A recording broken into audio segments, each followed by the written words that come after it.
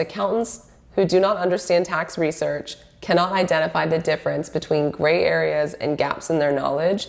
And this doesn't just apply to accountants. This honestly applies to everyone. I see this with business owners. I see this with business owners coming in with tax advice from their friend's sister or their cousin or whatever. People always like to call things gray areas. I think it's more exciting. And not to say there aren't lots of gray areas. There are, but it's very easy to think something's a gray area because you just haven't researched it. Like you just haven't looked what's the law. And so what people will do is, of course, they're not tax law experts, they're not tax attorneys, that includes accountants, as well as just your typical business owner that's not doing tax and accounting.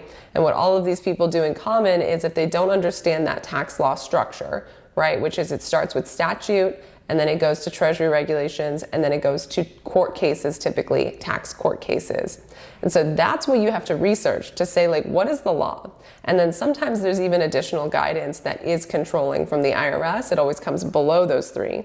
Then the next most persuasive type of evidence is some things like counsel advisory opinions, and there are some persuasive IRS guidances that we also look at, but it's only after you've looked at all of that that you say, okay, we've got a gray area, we've got something they haven't seen before, we've got something they've seen before but gone in two different directions, we don't have a clear rule here. That's a gray area. What is not a gray area is what I will see sometimes people do where they look at just the statute. They say, I read that statute and I don't know what it means. It could mean 8 different things. I think we've got a gray area. And it's like, whoa, whoa, whoa. We don't care like what you think as a business owner. We don't care what you think as a CPA. To be honest, when any of us, me even a tax attorney, when I read a statute, my interpretation does not matter. So if I interpret it as a gray area, it doesn't matter because what we care about is how the U.S. Treasury interpreted it with Treasury regulations. And then what we care about beyond that is how, and sometimes they'll add rules, they'll literally add requirements and say, not only are we interpreting it this way, but we are adding, because we have been given the authority, we're adding, 1, 2, 3, 4 requirements that if you're going to take advantage of it, you have to ask for it in these ways. Otherwise, we're not going to give it to you.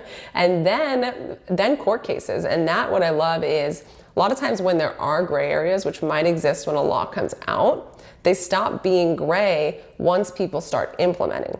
So whenever we're looking at a statute that was made like 10, 20 years ago, what we know is that people, if there was a gray area, people have tried to take advantage of it. They've landed in tax court, and then tax court has made it not so gray a lot of times. They've looked at the situations and they say, continuously we're going to rule in this direction, and they can also come up with rules. They can come up with tests as long as it's not inconsistent with layers of law above them.